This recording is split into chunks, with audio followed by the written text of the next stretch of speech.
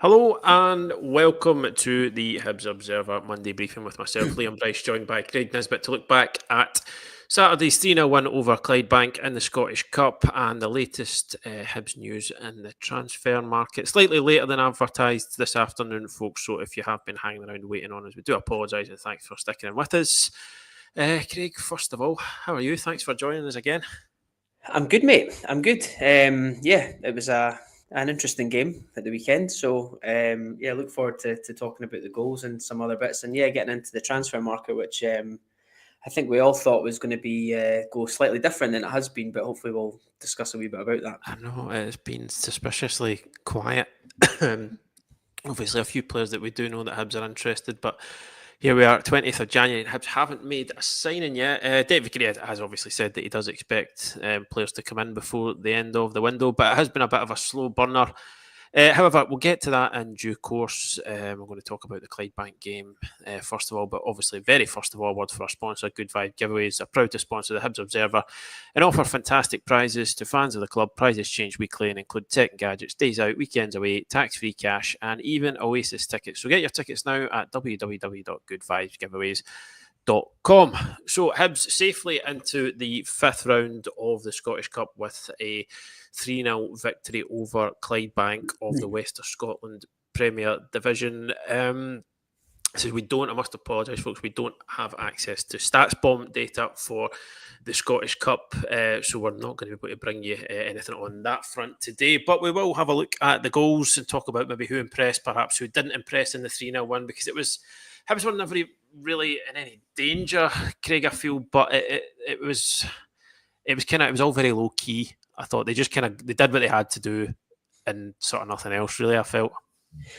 Yeah, I mean, it's funny because those are the games that you kind of want to be low key to a certain extent, because if it's not, then something's going wrong. But I think there was maybe, I don't know, a wee bit of anticipation, especially when the lineup came out as well, that maybe this could be a game that we score a lot of goals in, and and maybe that sort of. And there was actually like a decent crowd there as well, and from Clydebank especially. But I actually think when I thought about the game again, that the early goal probably helped settle Clydebank, bizarrely, I think, just because they conceded early.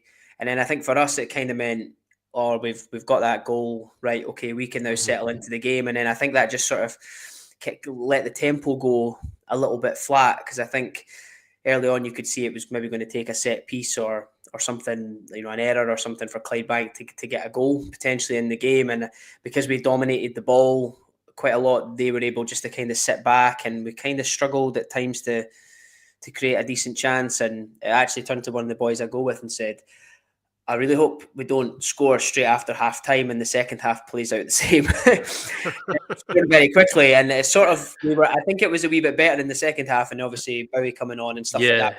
There was natural wee lifts, and obviously we got another goal. But I think there was a few disappointing performances out there, and probably one really good performance. Yeah, I think that's a fair summation of it. I think it was odd the way the first goal it could have opened the floodgates. You felt, I mean, because for Clydebank, I think I agree with you. It actually just, I don't know, it was as if like they did oddly settle into it after going behind, because I felt like the first kind of, maybe even for a wee while after the first goal, they looked a wee bit kind of unsure of themselves, which I suppose is only natural, but given the occasion, the magnitude of it. But I mean, I think you probably need to give them a wee bit of credit as well, because the heads could have gone completely going 1-0 down so early, but they sort of stuck to their task. And for a lot of the first half, Hibs I felt they kind of struggled to get through their shape. It was all a wee bit sort of slow, and I suppose there's, if you're not being particularly threatened at all in a game, there's maybe a subconscious impact that has on the tempo of your play. I'm not too sure, but I mean, the first half, it's not one we'll probably over the 90 minutes is probably not something we'll return to speaking about after this video.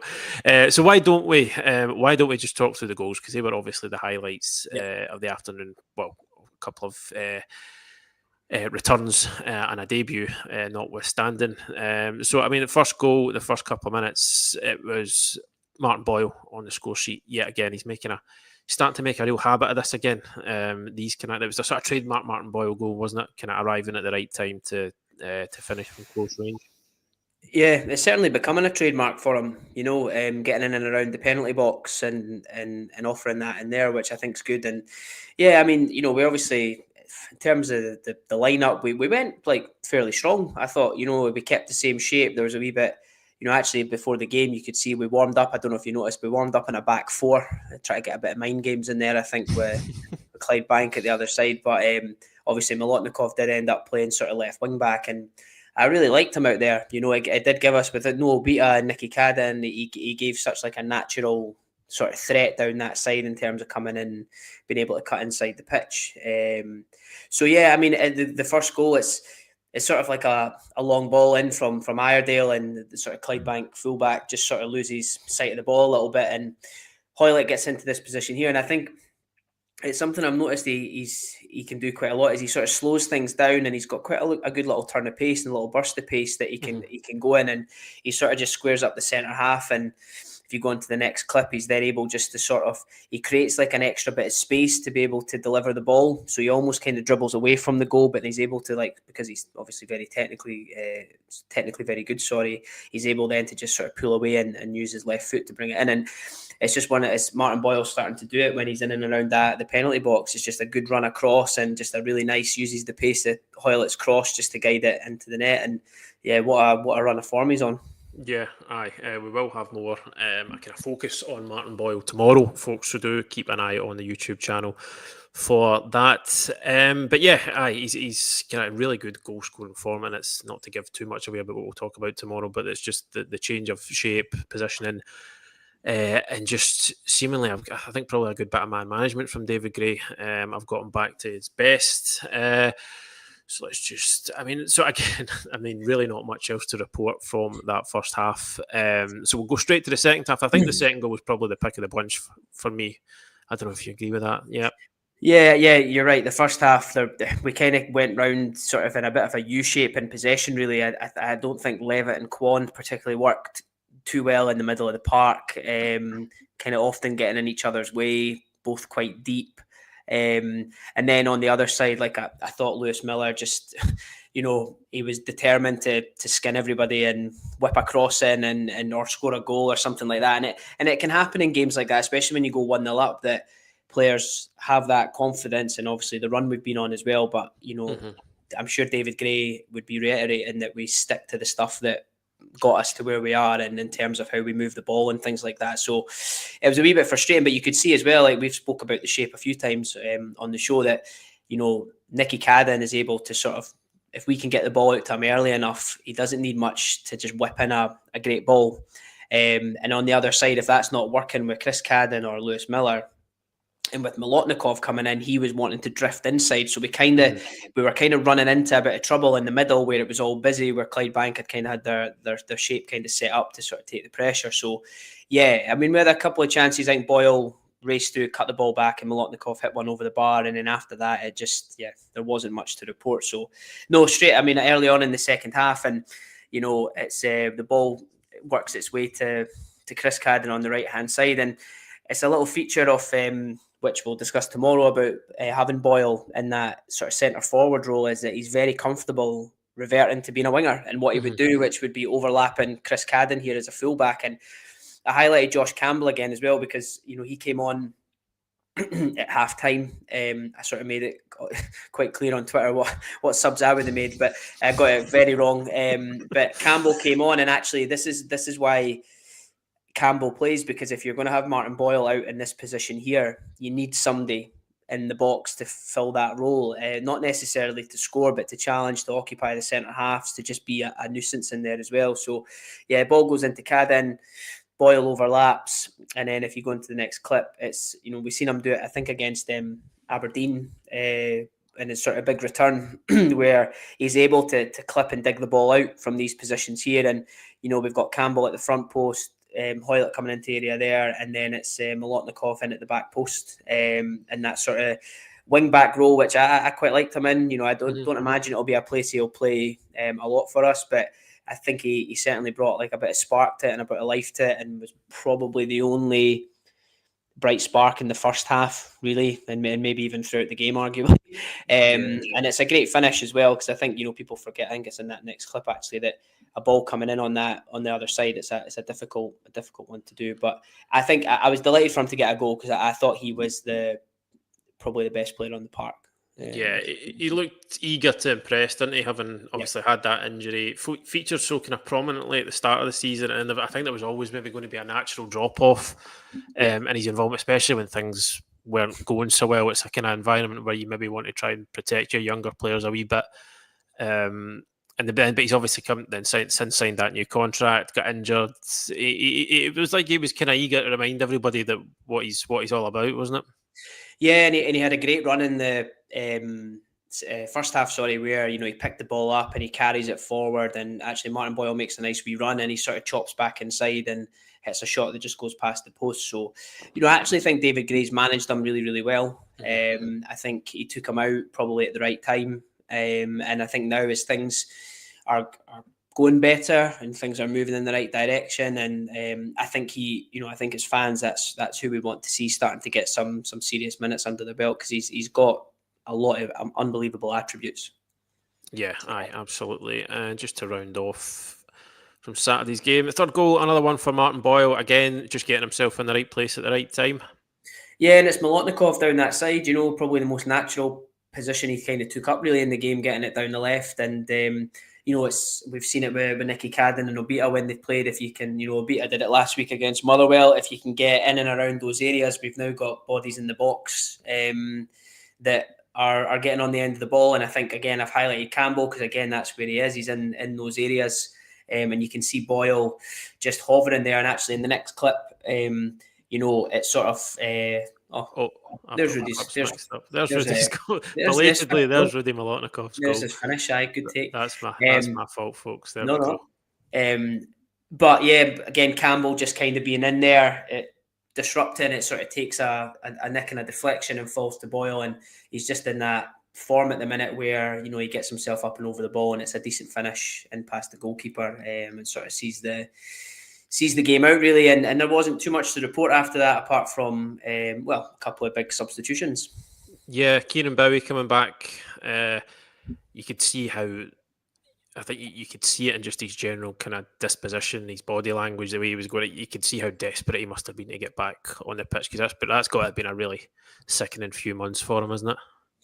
Absolutely. We were sitting sort of behind the dugouts, and you could see him when he was warming up and stuff like that. You could see how excited he was to get on, and it was great to see him back, and it was good to see him. I think it was an ideal game for him to come back in, and also an ideal scoreline as well. And he looked sharp. He was neat and tidy. His hold up play, you can just see the difference where.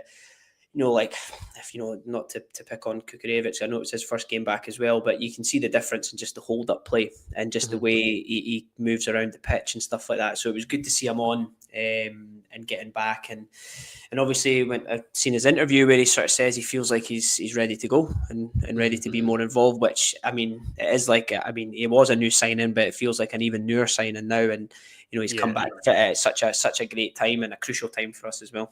Because that can be a bit of a cliche and something I think sometimes people don't want to hear it, or he'll be like a new signing when he comes back in January. But I think in this case it's perfectly valid, because he simply didn't really see enough of him in those first few weeks of the season to really get a proper grasp on what he can bring to the team. Obviously there was flashes here and there and kind of wee bits of potential, but I think the key for him now, and I think he said it himself, that he had aims and targets at the start of the season, but now what he wants to do is just get as many minutes on the pitch as possible. And I think it'll be probably have to be a wee bit patient in terms of before David Gray maybe kind of fully lets him off the leash, if you like, because they want to be so careful with managing this return, given what happened the last time, given the nature of the injury, the fact that he's this time he's had to go for surgery. But I think Hibs and David Gray, they've been really keen to emphasise how well the rehab has gone, and how committed he was to it. Because I think that probably having no setbacks in the rehab, everything kind of sort of hitting all the markers, if you like. I think he said he's actually come back a couple of weeks earlier than the doctors initially said. So I mean, I think it's maybe like, want to get that across that it's probably gone. I mean, it's obviously it's a terrible injury to get, but I think in terms of getting back, it's probably gone about as well as it's possible to go by the sounds of things. Yeah, and I think you're right, and it's not just us that need to be careful. The SFA probably need to be a wee bit careful as well, utilising an upcoming squad. But no, and then like you say, he was really exciting those early games. Still for me when he sort of wrestled Carter Vickers off and smashed the crossbar, I kind of thought, oh, hold on, what have we got here? And obviously then he got himself a goal, and he was just sort of building himself up. And yeah, you were there was a lot of excitement there, and it was a proper hammer blow for him to be out. And it just shows you his attitude and his determination to get back. And just hope between now and then he keeps himself fit. Aye, and finally, just for Saturday's game, a debut for 16-year-old academy product Lewis Gilly. What did you make of his wee cameo? Really good. I sort of worked with us very briefly when I was at the academy, so it was really nice to see him on the bench, and it was great to see him come on. And he's always been a sort of dynamic, sort of left-sided player, and it was really interesting to hear David Gray talk about him after the game, about his attitude, his work rate, his dedication, because that's something he had even when he was younger, all the way through. So I actually thought he came on and did really well. I thought he linked up a couple of times. I think there was a time he sort of dribbled inside and right foot played it out to Junior Hoylett on the left-hand side, and defensively he was quite sound as well. So no, it's great, and I think David Gray hit the nail on the head when he was saying about Molotnikov coming through and then Lewis Gilly making his debut, and it just sort of reaffirms what they're doing in the academy, and give a bit of motivation for the boys that are there, and he's clearly showing that he's willing to put players in and give them opportunities, which I think we're, especially having like Eddie May and the coaching staff and things like that, that's what everybody thought would start to happen. So yeah, it was good to see him come in, and long may it continue, because it's always great to see the young guys get an opportunity. Yeah, a lovely moment for him, and he got a lovely reception from the Easter Road crowd as well. Just the second part of today, I'll just how we have talked about the transfer window, because it's kind of the only show in town at this time of the month in January. Hibs have been linked with a few players. We know there's been interest in Macedonian midfielder Yanni Atanasov, and then the kind of developing story over the last few days has been interest in 17-year-old midfielder Matthias Siltanen.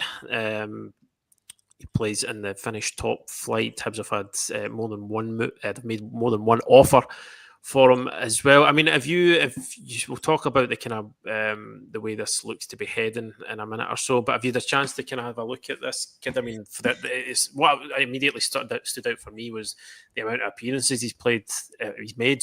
At such a young age. I think it's maybe about 43 first team appearances already, which kind of suggests a player with a lot of potential.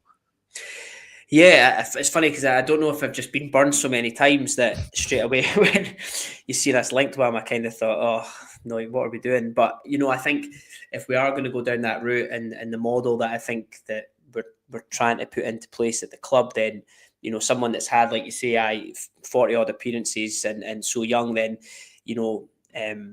you would hope that if he was able to join us and sign, that he would have that role within the team. I did kind of question, we were just talking about Molotnikov and things like that. I'm sort of going, well, does that potentially block his pathway and things like that as well? So yeah, it was an interesting one. It wasn't quite how I thought this window would go in terms of the type of player we'd be linked with. I know in January it can be tricky because you don't, sometimes you end up signing somebody in a bit of desperation, and I actually think because of our recent form over that December period and into January, I don't know if it's maybe meant that we've been able to not have to do that, plus like Newell coming back and Bowie coming back and all these different things that actually maybe we are hitting a bit of a pause on the transfers, but he would have been a good addition to the team, especially with the amount of, I suppose, midfield outgoings and that we would probably be having at the end of this season. Yeah, I mean, obviously quite an exciting prospect, but the kind of latest seems to be that he's getting closer to a move to Sweden with Djurgården, and I mean, it could be one that Hibs miss out on. It's certainly one that they've they've pursued, but kind of as things stand, it looks as though his preference is to move to Sweden. So it might be one where Hibs have to just kind of accept that and move on. As you say, it has been a kind of slow-paced window. I mean, so ideally, if there was maybe a couple of positions over the next 10 days to 11 days, you would ideally like to see strengthened. What kind of stands out for you just now?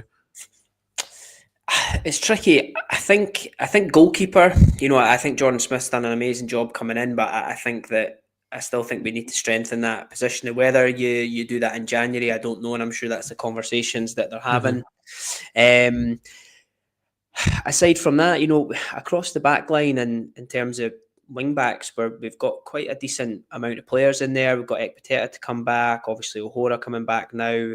I don't know how long Nicky Cadden might be out for. I know there was talk of him maybe getting a mask or something like that to potentially continue to play. So I think we're okay there. And I do obviously think in midfield that we still have like a lot of players in there. But I sort of, if we're able to keep Triantis till the end of the season and things like that, then I think you maybe nitpick and maybe go, well, if Kwon returned to Celtic, I maybe would like somebody coming in there, somebody different, and all those different decisions. And I suppose everybody always wants a forward, don't they?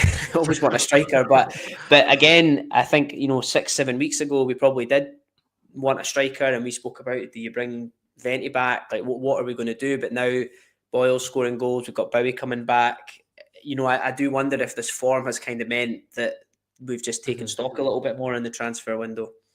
Yeah, because as you say, the striker situation, I feel like a wee while ago, it was almost taken as a given. I think almost Hibs will need to go and try and sign a striker in January. But I mean, if you take, you've got Bowie, Kurevich, Gale, Boyle. There are options there. It's not, you would probably have to, think somebody would have to leave before you could add another striker into that mix.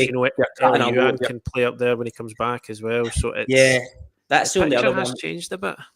Yeah, that's the only other one with Ellie. It sort of seems more and more like he might be leaving and going. And I suppose if he was to go, then you maybe want somebody to come in there. But I think you're right. I think it goes back to that nitpicking of like, well, Kurevich, has it worked out? Do we cut the loan and bring somebody else in? But it probably has to go down to, is it the right person coming in? Could we hold off until the summer when the picture's a little bit different and probably a better time to do our recruitment and spend the next 4 or 5 months doing our due diligence on those players and bringing them in is probably better than sort of maybe pulling the trigger early in this window.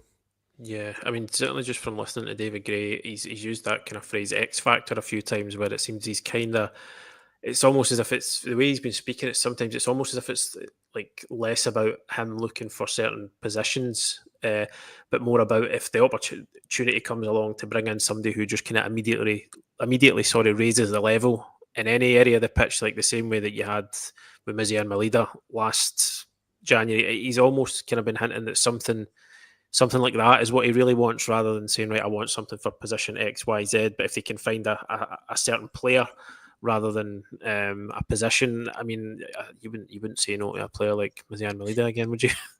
No, definitely not. And I think, we've got with Gale and Hoylett and things, we've got good experience in there as well. And, it will be a bit of a turnover again come the summer. But yeah, I think if you could bring in players of that caliber, then I certainly think they would add a lot of value to the team. And the other thing as well, I think with the squad, for a long time when the defeats were rolling in and the red cards and the own goals and all the difficult stuff was happening, there was, they were quite, they stood by to say, no, listen, we're together on this, we're tight. And I think as well, there might be a case of them not wanting to upset that morale that, that the teams kind of dug themselves out from where they were and were in this unbelievable patch of form. So, yeah, it's an interesting one for probably the recruitment and David Gray, because like you say, 6, 7, 8 weeks ago, they probably would have been like, we're going to have to overhaul things here. Now, you're kind of going, well, Yeah, aye, it's funny how things change. Yeah, I think we're going to leave it there for today, folks. Actually, sorry, with a question there from Sean Hibbs. Is Yuan leaving Hope not our most creative player? I think there's been nothing concrete on that. I think the kind of speculation is always going to be there, Welly Yuan, considering there was interest in him during the summer. Obviously, we believe that he has been injured of late. He's had an injury that he's just been kind of struggling to bounce back from. So it's not really something we could say either way at the moment. Obviously, it would be a loss to Hibs if he was to go. But as I said, it's because there's been interest in him before, and it looked as though he was quite keen to maybe pursue that interest. That kind of speculation is always going to be there. So we don't know exactly what's going to happen. If anything, really, with Ellie Yuan at the moment, David Gray's not been making any. The kind of noises coming from him is that he expects him to come back from injury and reintegrate into the squad. But as we know, anything can happen in the transfer window.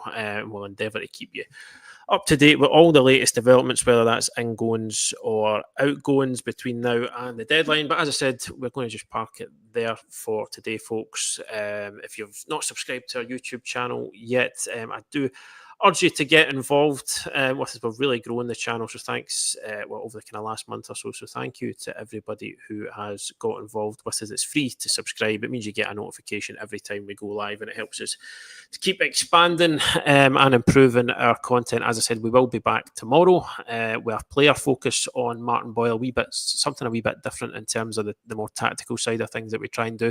So do keep an eye out for that. We'll be looking at his sort of rejuvenation, and then obviously what the future might hold for Boyle as well. So do tune in. But as I said, yeah, that's all from us today. Thanks to Craig, as always, for joining us. Thanks to everybody who's tuned in, and we'll speak to you again very, very soon. Cheers.